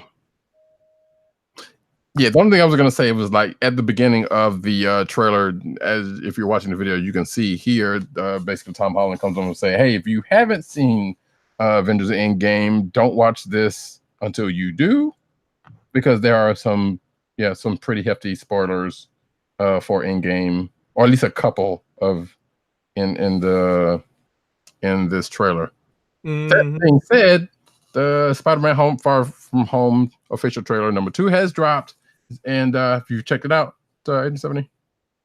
Oh, of course. Yes, you did, yeah. Well, we talked about it on. I was about to say we can again rehype our Treasury Edition where we covered Endgame, and because the Far From Home trailer dropped as we were preparing, literally dropped as we were preparing for the Treasury Edition, we had a chance to discuss the trailer and what our thoughts are on the ramifications and the and what's next.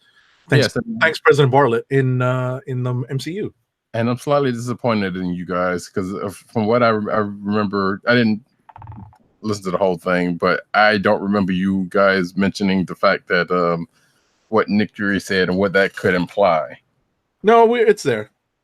But did you mention maybe? You did mention Secret Wars. I do remember that you saying. That's what I'm saying. That's where that came in. But you mentioned like Hickman's run. I'm thinking of the original and the Secret Wars 2. Like we could be getting the Beyonder or Molecule Man. Well, the thing is, I saw it as more of an incursion thing. Yeah, I know. They said incursion, right? So when they mentioned, like opening to other, other realms, other realities, I immediately thought Hickman's Secret Wars, not necessarily the OG Secret Wars, simply because the OG Secret Wars was different parts of the universe being, mushed together. Like the universe as is, Right. But at the same time, it was the exact wording of what Nick Fury said is what made me think about it, because he basically said that the snap punched a hole in our dimension, which obviously harkens back to the pinhole dimension that was brought in by the some big event happened that the Beyonder kind of came through on, and I think that we ended up also getting Molecule Man out of. And then, of course, I thought about Spider-Verse since it was a Spider-Man, thing, but that's a whole separate issue. But regardless of Spider-Man, Spider-Man, yeah, that could very much happen, yeah. But being that they just did an animated, I don't know if they would actually do that in live action. Would be interesting. But yeah, anyway, that trailer is out there. If you've seen Avengers Endgame, you should check out this trailer because it's pretty good. If you haven't, go see Endgame, then watch this. I half expected to see. I know the day I went to go rewatch Endgame, I half expected. Matter of fact, which was the day this dropped. Half expected to see this as a trailer, but I was like, that would be bad if they did that, because I know there could have been like one or two people in the theater, and I think there actually was, that hadn't seen it in the first place. So that would have really screwed them up. Mm-hmm. So, but anyway, that's that. Like I said, Spider-Man Far From Home trailers out there. Go forth if you've seen. Actually, yeah, I'll take this one too, because now this kind of comes back to what I was also saying. So, next article is Nick Fury raises an important question in that Spider-Man Far From Home trailer, which goes back to what I was just saying. So he mentions the Snap hunting a hole in their dimension, and this article postulates or asks the question, which one? Because as we know, there were two, technically. Mm-hmm. Even though, and y'all might have already talked about this. Well, never mind, because the whole time travel thing was a big mess. It wasn't a big mess, but it was a lot. Mm-hmm. So, but yes, there were technically two snaps. I'll just go ahead and say that, and it still plays out as that. So we, like I said, this article kind of goes into well, yeah, but I'm not counting. Well, yeah, true. I'm not counting the one where he tried to get rid of the stones. But yeah, no, there's three. There's What? three because there's one in Infinity War. Yeah, and then there's two in Endgame. Don't forget the Hulk. Well, that was the third one. That was. Oh, right. Yeah, I guess that is true. Yeah. Right. If you're not counting Thanos allegedly getting rid of the stones, right? Assuming that he could actually do that without a snap, right? Let's just say that. He basically used the stones, which could have done whatever in getting rid of them. Right. So there were actually three total. But yeah, I mean, at the end of the day, we're going to learn more about this in Endgame. It's purely speculation at this point, but I have a feeling more and more that it's not a red herring, which is what PCN_Dirt was saying. I think we've learned more about. I think we actually did learn more about what was revealed in the trailer since we recorded the Treasury Edition. So. Right. And I suspect this is probably, however they play, it's probably going to be the way they get the X-Men into the universe. Right. So. Right. All right. So. Yeah. So the next one is Avengers Endgame. What happened to Ned? I talked about this one after we finished recording, or slightly talked about it after we finished recording last time. Right, and we kind of learned more about this during the time that passed between the last recording that we did for our regular show, between that and the Treasury Edition, and some articles and interviews that have featured the Russo brothers and Marcus and McFeely. We kind of figured out what happened to Ned, so I don't want to spoil it here, but I mean, it's been lifted, man. You can go ahead and rip it off, and you've done a Treasury Edition. It's kind of right, because Ned got snapped too. So yeah. But the thing is, some people listen to stuff out of order, so I don't want to necessarily, because I've actually had. You have to understand, I've actually had people come to me like weeks later, like, "Oh man, I'm behind on what I'm watching, and you guys didn't ring the spoiler bell on something." Oh, I'm sorry, man.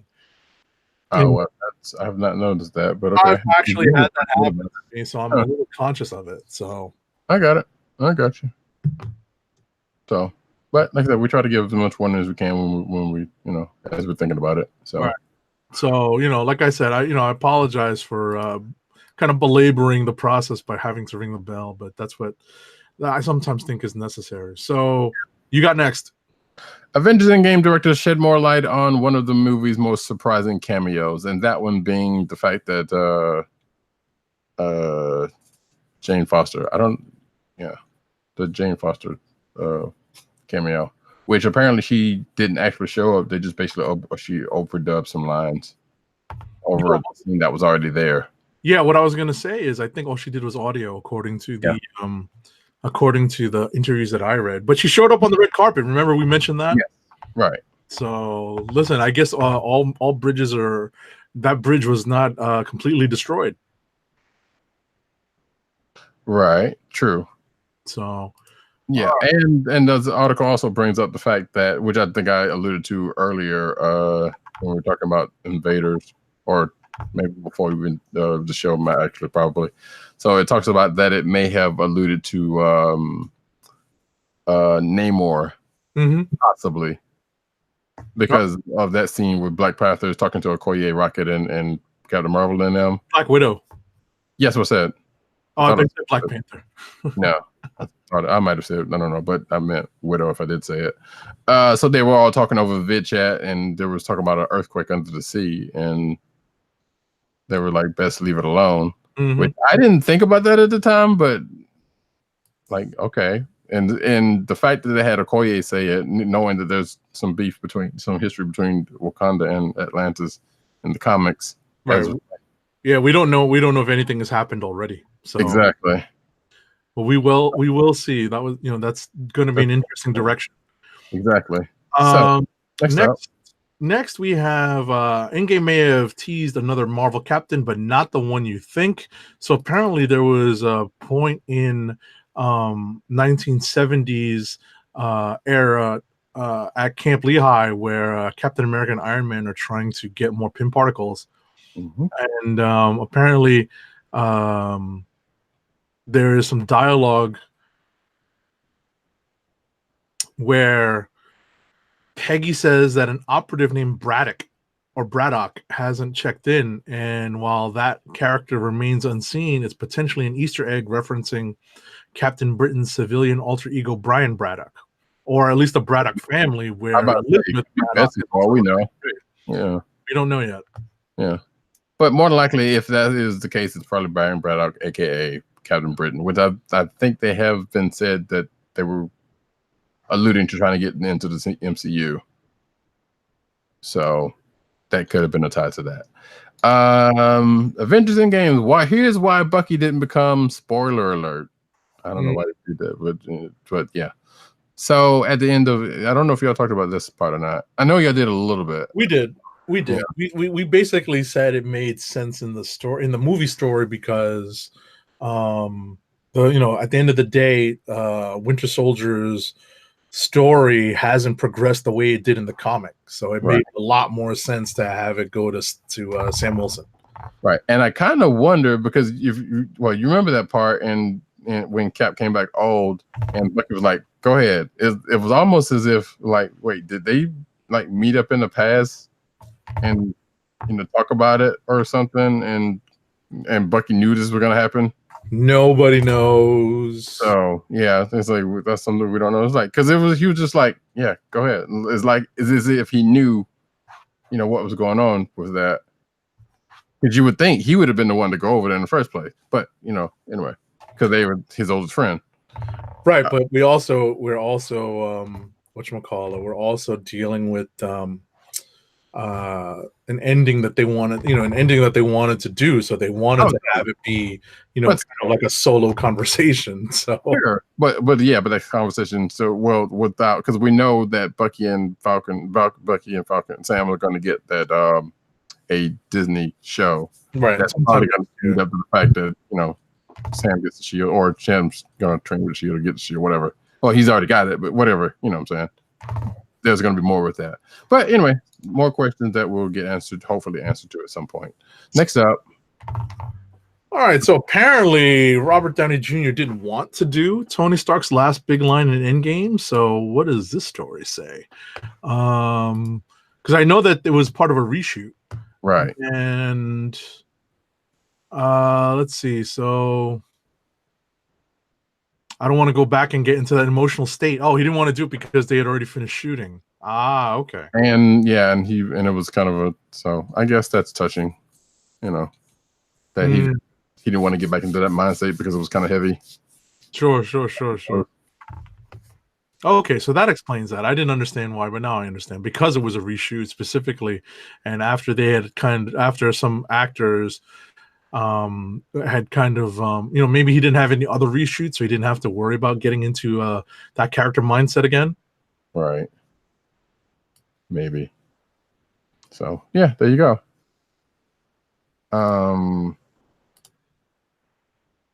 Yeah, there's more to it, but that's the gist of it. Chris Evans reveals Avengers Endgame set video now that spoiler ban is lifted, and apparently, yeah. Apparently, they all took set videos. Yeah, because RDJ also took one, which is a story I got in a couple of. Right, like in addition to, I was about to say, in addition to what were the early ones that we saw? Chris Pratt, Elizabeth Olsen, yeah, who was looking really good in that outfit. But anyway, there was someone else. Was there someone else, or was that it? I feel like there was Chris Hemsworth had one too. Yeah, there you go. Yeah, Hemsworth, Pratt, and Olsen all had it.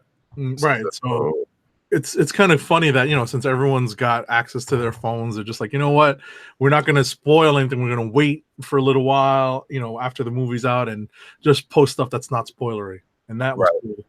There we go. I must have misclicked on that one. So yeah, RDJ shows his behind.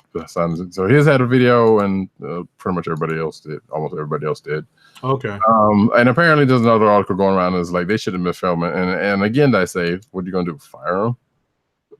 Who's that? No, I was like, what were they going to do? Fire them for taking at this point? No, right. Well, but at the end of the day, they were at least tastefully, and they waited till after the exactly. That's the key. That's the key. Right. All right. So apparently, I get this next story. Yes. God. So here is the story behind Captain America's butt in Avengers Endgame. Hey, that's America's ass. Yeah, it's apparently, there's an origin to the joke. According to McFeely, one of the co-writers, it's a little meta. Chris Evans has never been comfortable with the outfit from the first Avengers movie, the spandex one. So, as looking back, it's a little way to wink at how that was then and this is now. And by the time where they got to the fight scene where he defeats himself, his butt's on the ground and he's just sitting there for a callback. So yes, it's pretty funny. Yeah. I'm looking at an article on this page before we go on. It says the Russo brothers confirmed that the Hulk Avengers Endgame damage is permanent, which seems stupid considering his healing factor is pretty amazing, especially that he's gamma powered and this, but I don't know. Marvel stuff. I mean, what I was gonna say is, if I'm not mistaken, the Russos are on record as saying, yeah, that should be permanent, but this is the Marvel universe, and future directors and future writers can, find ways to change that. Sure. So, at the end of the day, and it's something that we referenced on the Treasury Edition. By creating that kind of high cost of using the Infinity Gauntlet, they raised the stakes, and it was appropriate for the movie, but it's not something we're familiar with as fans of the comics, where literally anyone can slip on a gauntlet with all 6 of the gems and be like, hey, I can do anything, and there's no real cost or physical cost to it. Right. So yeah. So all righty. Next up.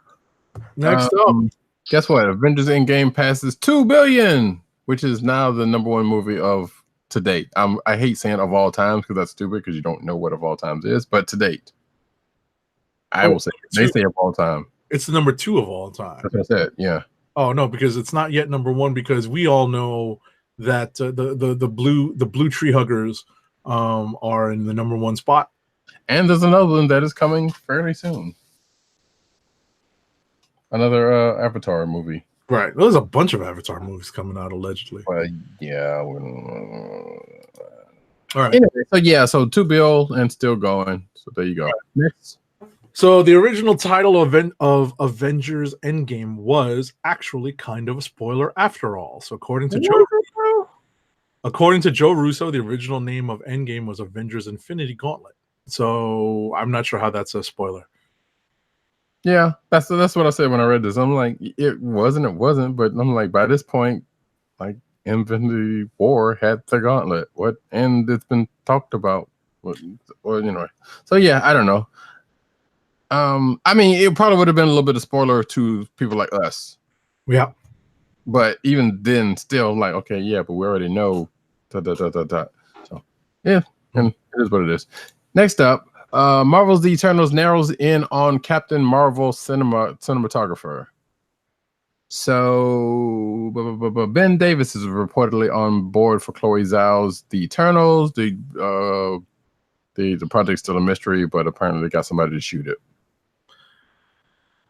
And speaking of, I was about to say, we're starting to get more Eternals news because Game of Thrones, Richard Madden is in talks for Marvel's Eternals. So Game of Thrones actor Richard Madden, who played Robb Stark on the HBO show, is in talks for an unnamed role in Marvel's Eternals. Well, if you knew about the Red Wedding, I was going to say, if you knew about the Red Wedding, you would know what happened to Robb Stark.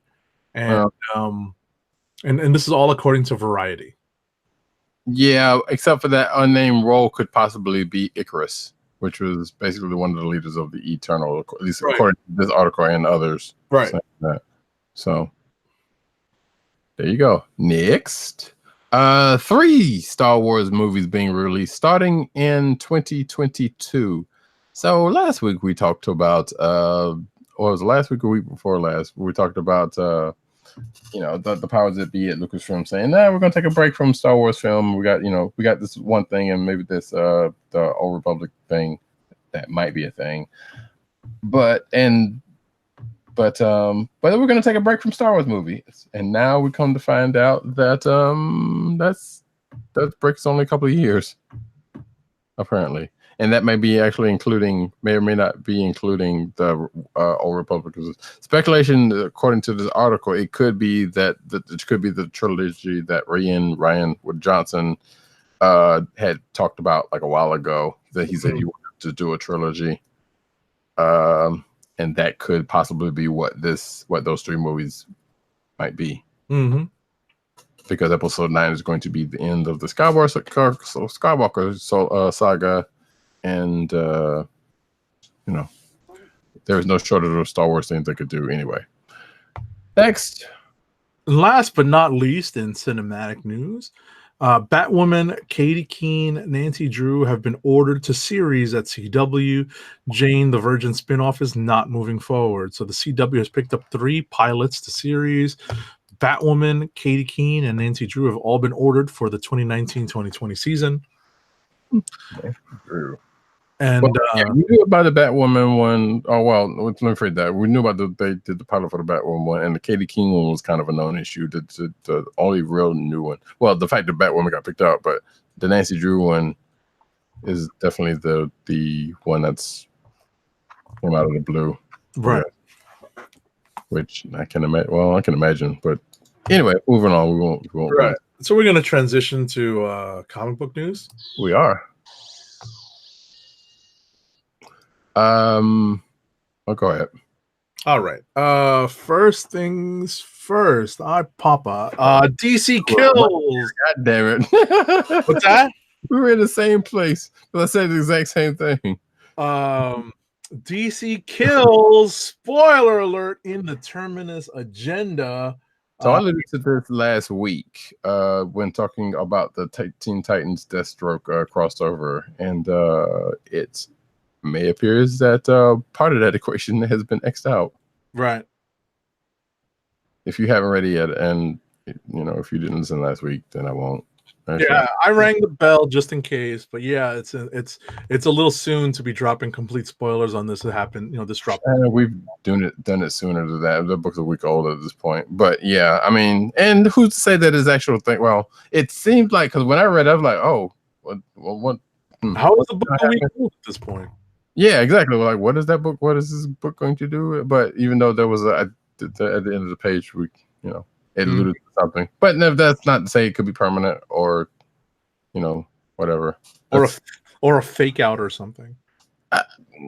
Yeah, could be, but I don't know. That seems a pretty definite way to go. But anyway, it's comic books. Something could possibly happen, but yeah, or it could be a Nightwing situation. Right. Kind of doubt it, given what happened. Anyway, next up, DC's Arkham Knight dropped a major clue about his identity, and since I am not reading Detective, I don't know what it is, but apparently this article kind of alludes to it could be possibly future Tim Drake. Right. That's some stupidity right there. Future, like I hate time travel. Moving on. Because then didn't Tim go into future and Batman Beyond? But yet he's now back in Young Justice. I don't know. Well, let me not back, but he's him in Young Justice now, which he got his head. I don't know. It's weird. Next up, DC collaboration turned Batman and Superman into Chinese warriors. So there's some new figures coming out in the DC line from DC Collectibles. That does exactly that. Now, I expected the Batman to be more like that, the movie version, the animated movie version, but apparently not. Or maybe it is, and I don't remember. But it doesn't sound like it. I don't know what you're hitting on there, but it's coming across. Okay, it's just the ball. Yeah, but yeah. So those will be out there soon at some point. I don't know. It doesn't have a date. It's just a Spalding ball. Fans of the West Wing will recognize this as similar to the ball that Toby Ziegler bounces around his office. Next up in news, the new Hasbro Avengers Endgame toys and figures get into serious spoiler territory. So obviously, Roddy Cat is showing some pictures of some of the toys that have been released recently in the wake of the release of Endgame, and yeah, definitely some of them are pretty spoilery. Okay, not the ones that you've shown yet, but there's later ones. I mean, I don't know. Even some of these don't really seem all that. That one is. I guess. Well, that one definitely is. Yeah, that one kind of is. Yeah. Yeah, that one definitely is. That one is too. Kinda. Sure. I can see that one. But the most of these, not so much. All right, moving on. If you've watched it, if you're watching the video, you saw what was going on. Michelangelo from Teenage Mutant Ninja Turtles is Batman in this cool San Diego Comic-Con 2019 action figure. Oh my god! So I guess there's a Batman version of Michelangelo. Or excuse me, yes, that's what I said. That's going to be at San Diego Comic-Con, probably exclusive from Entertainment Earth. So its figure is limited to 10,000 pieces, and obviously you'll be able to get it come San Diego Comic-Con. Next. Marvel editor-in-chief has an idea for the next comic book to sell 1 million copies. So, good luck on that. That's a lot of comics to sell. The last big thing that Marvel launched with 1 million copies was what? X-Men #1? No, according to this, is Star Wars. 5 years ago. Wow, has it been 5 freaking years? Jeez. To quote Captain America, language. No, I'm kidding. But yeah, so Star Wars #1, and then apparently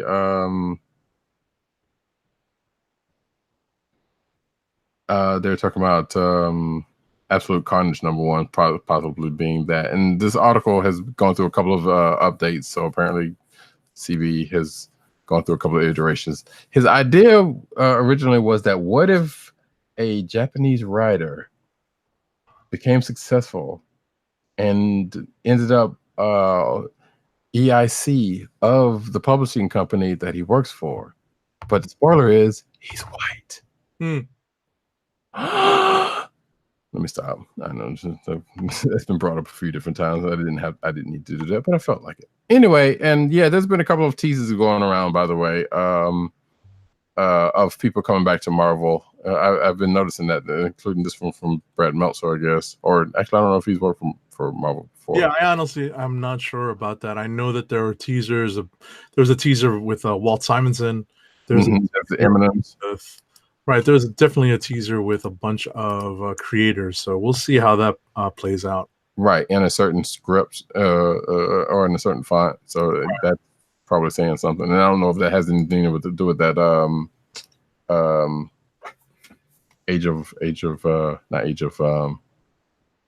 Acts of Vengeance sequel thing, but whatever. Anyway, next up, Pat Gleason signs exclusively with Marvel. Congrats to him. Yeah, I mean, it's not the height of the exclusivity wars anymore, but it's kind of interesting to see who is transferring to which. It's the first one in a minute that's gone the other way, because most of the ones we've seen have been going towards DC lately. Right. What we've seen with Marvel is a big influx of indie talent and talent from other areas moving to Marvel. So, we'll see how this shakes out over the rest of the year. Next up. Right. Star Wars, a previously unannounced Kylo Ren novel may have leaked. So an unannounced Kylo Ren focused Star Wars spin-off novel may have been leaked thanks to a mistake by publisher Penguin Random House. So the description, which was leaked and was later changed, before it was changed, read confidential and unannounced, a standalone Star Wars title delving into the character of one of the biggest names in the Star Wars universe, Kylo Ren. All right. And you can see the tweets of that, how that went down, but okay. But Lucasfilm announces Journey to Star Wars, The Rise of Skywalker publishing program, which basically means that, hey, there's going to be a bunch of books under the banner of Journey to Star Wars, The Rise of Skywalker coming out this fall. So I think the only thing that could be said about that is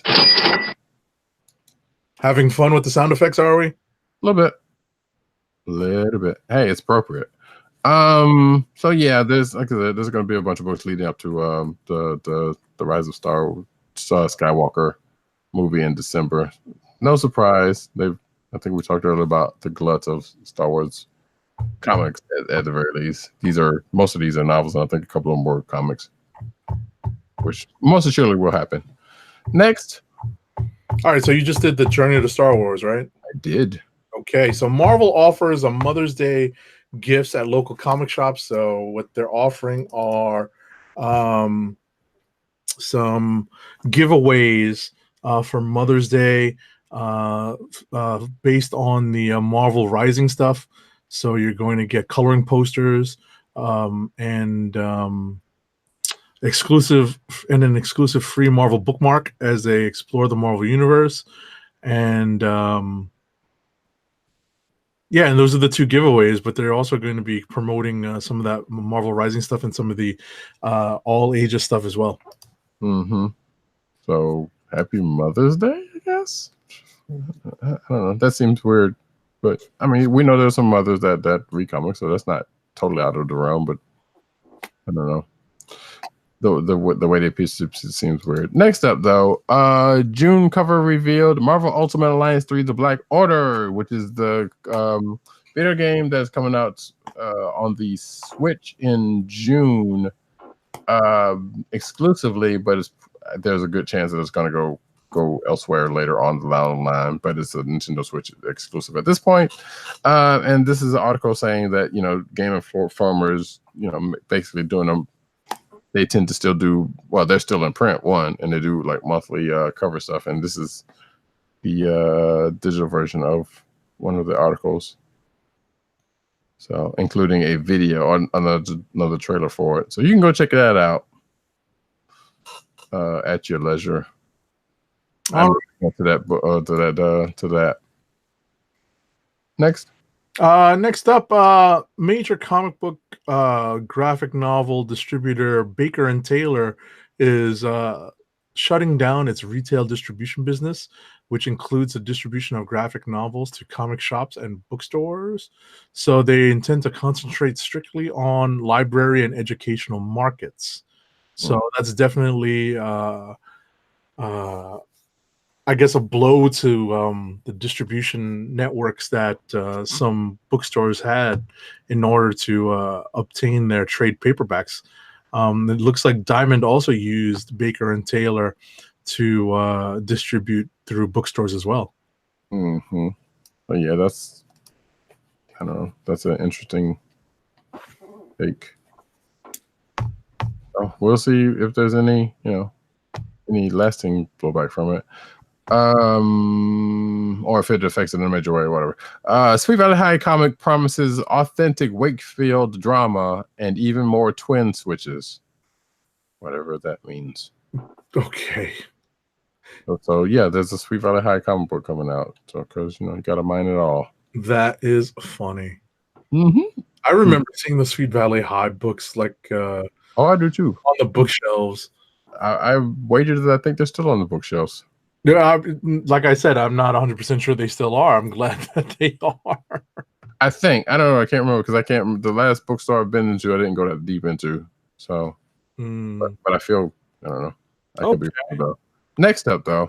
Right. So this story is about a book that dropped this week, Black Magic meets Black Excellence from Image and Skybound. So Roddy Cat spoke about the first issue of this Excellence series earlier. He did a quickie review. The book is by Brandon Thomas and Kari Randolph and Emilio Lopez on, I think, colors. Yes. So it's but yeah. I'm sorry? I can't remember who the letterer is, but ultimately this is, as Roddy Cat mentioned, this is a take on magic in a very real setting. So. And apparently this article said the same thing I said when I was talking about it, is that it's, well, actually Kari Randolph, and speaking about this book, said the same similar thing, which I did not know. But no, this isn't Harry Potter with Magicians of Color, as Randolph sells it. It's the farthest thing from that, and it totally is. So yeah, if what I said earlier kind of interested you, or if you heard about this book, you should go check it out. It's interesting. Last but not least, layoffs have begun due to the Oni Lions Forge merger.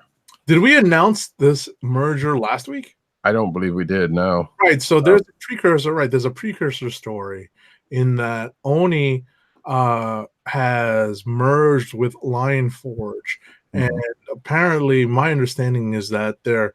I read an article about the merger and their staffs. The production staff, the management staff is not that big between the two companies, so it's very unfortunate that there have to be layoffs. But of course, you're going to get them. I'm sorry. Apparently, it's a bunch of layoffs. Well, what I was going to add is that apparently, as with all mergers and acquisitions, there's duplication, and in order to avoid duplicating roles in a business that obviously operates on very small margins, they have to have layoffs. And if I'm not mistaken, the staff, each comic book company had a staff of maybe 20 to 25 people. So it's pretty unfortunate that a number of those people are being laid off. In an effort to consolidate the two companies, and my understanding is that they're going to be operating out of the Oni Press headquarters. So, right. So I don't think we talked about it last week because I don't think it actually happened or there was any news about it, or there might have been news about it happen. There might have been rumblings about it happen, but nothing definite. Right, that's what I thought. So that's why I thought we had skipped the story, but then no, because I do remember we did not talk about this at all, and maybe I just didn't. Or maybe there was some news about it, and I just didn't get it. But regardless, I was about to say you got the more current story. So right, and so yeah, and there's a tweet that pretty much sums up the feelings from one of the people affected by this, which is a raw deal from them because that's sadly it's not the people at the top that ends up going; it's the people at the bottom or nearest the people actually doing the work. That get affected by this. Mm-hmm. Oh, including, I guess. Wait. Huh. Steam's got put out of got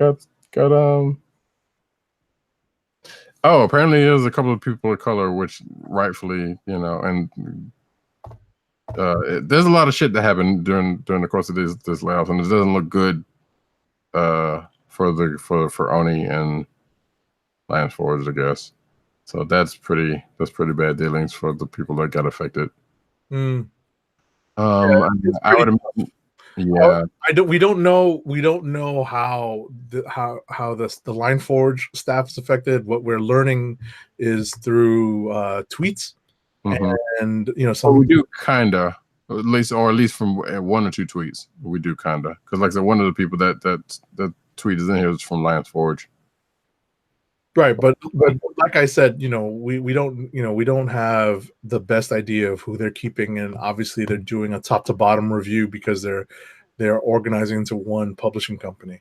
So yeah, as I said, they let go of 40, so that the math makes sense. Because if the staffs were, let's say, in the 25 to 30 range, you combine them together, you're trying to run a leaner ship, it makes sense that they'd kind of go down to that 20 to 25 range again. Right. But yeah, it's unfortunate. That sucks. But in the market that we have right now, consolidating, unfortunately, is probably going to happen to some of the smaller publishing shops that are out there. Yeah. So I suspect we will probably hear more of this going on in the weeks ahead. But until then, that is it for the news. Alrighty, so let's wrap up tonight with our last ad. Our last ad is for Funko, Fun at First Sight. It's your home for exclusive collectibles such as their world-famous pop vinyl bobbleheads, apparel, t-shirts, hats, and socks, and brand merchandise, custom DIY pop figures, art books, and skateboards. And now the listeners of the Comic Book Chronicles can enjoy 10% off your entire purchase when shopping at Funko. To place your first order with 10% off and to help keep our show free for you, go to our network website at cspn.us. That's cspn.us. Then click on the Keep Our Podcasts free link at the top of the page. From there, scroll down to the Funko link and place your order. When you get to the checkout, put in the offer code SHOP10 for your 10% off discount.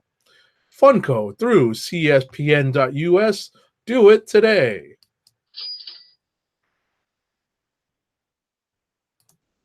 Alrighty. As we get to the end of this here show, we'd like to thank everybody for coming out. We will be back next week, this time 9:30-ish. Same time to record this. We'll hear podcast. Until then. I was gonna add though, let be aware because it is John Wick opening weekend. So next weekend. So, right, and that so just in case, be on the lookout for any tweets. I doubt that we're going to be rescheduling next week's show. It's not one of those like opening night things. That's something we could probably hold off until Friday or Saturday, but we shall see depending on how our plans work out. So it's just good to forewarn anyone who's listening about the possibility, at least, of movie protocols going into effect. I'm kind of doubting we will, but just in case, like I said, we'll stay tuned on Twitters. We'll definitely talk about that. That being the case, there was something else I was going to bring up real quick. And I totally can't remember what it is. So, Agent_70 on Twitter and Instagram. PC_Dirt on Twitter. Pop Culture Net on Twitter. PopCultureNetwork.com. And his other sites under that umbrella. Tim, DOGG98 on Twitter. The KLIQ Nation. That's DKLIQNATION on Twitter. CB Cron on Twitter, thekliqnation.com, and of course, Comic Book Resources, where he's over there writing his face off. And for myself, Radicat, you can find me at Radicat on Twitter, Newsers Need on Twitter, Newsers Need Reddit, Instagram, you can find me at CB Caps. CSPN.us, that is the site for the Cold Slither Podcast Network, where you can find this show and other shows like it. Well, not necessarily like it, because we're pretty much the one of our own on that network for various reasons. Thank you. You still keep adding on. Hey, sometimes you gotta subscribe to this podcast at Google Play, and because I'm still actually trying to think about what I was going to say. It was somewhat slightly important, but apparently it's not since it's slipping my tongue. Google Play, Apple iTunes, aka Apple Podcasts, Spotify, and of course the Cold Slither Podcast SoundCloud page, where you can find this here podcast. And with that, we will say bid you adieu until next week or therein, and we'll say, and actually I'm also start this on because whatever I was going to say clearly is not that important. It happens. Yeah, or it was at the time, and I'm pretty sure as soon as we wrap up, I will remember it. But until then, this has been the Comic Book Chronicles. We will see you all later. Peace. Peace. One. Good evening, Rick. Would you believe it's Dr. Doom? What's on your evil mind? Hold your insulting tongue and mark my words well. How about this rumor that you are really hired, Mr. Stark?